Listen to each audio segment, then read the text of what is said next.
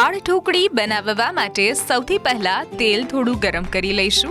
ત્યારબાદ રાઈ, જીરું, તમાલપત્ર, તજ અને લવિંગ એડ કર્યા બાદ થોડા તલ, લીલું સમારેલું મરચું, ટામેટા અને બાફેલી દાળ એડ કરીએ છીએ.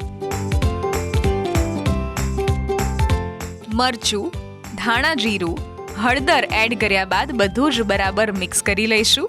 મીઠાશ માટે થોડોક ગોળ અને લીંબુનો રસ ખટાશ માટે એડ કરીશું અને સાથે બાફેલા સિંગ એડ કરીશું. બધું જ બરાબર મિક્સ કરીને થોડું પાણી એડ કર્યા બાદ બરાબર એને કૂક થવા દઈશું.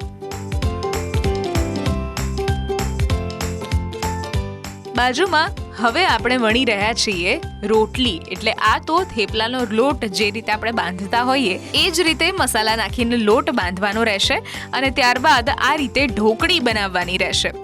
પહેલા રોટલી વણી લઈશું અને આ રીતે ડાયમંડ શેપમાં ઢોકળીને કટ કરી લઈશું. ઢોકળી એડ કર્યા બાદ બધું જ બરાબર મિક્સ કરીશું અને 2 થી 5 મિનિટ સુધી એને પાકવા દઈશું. તૈયાર છે આપણી સ્વાદિષ્ટ દાળ ઢોકળી.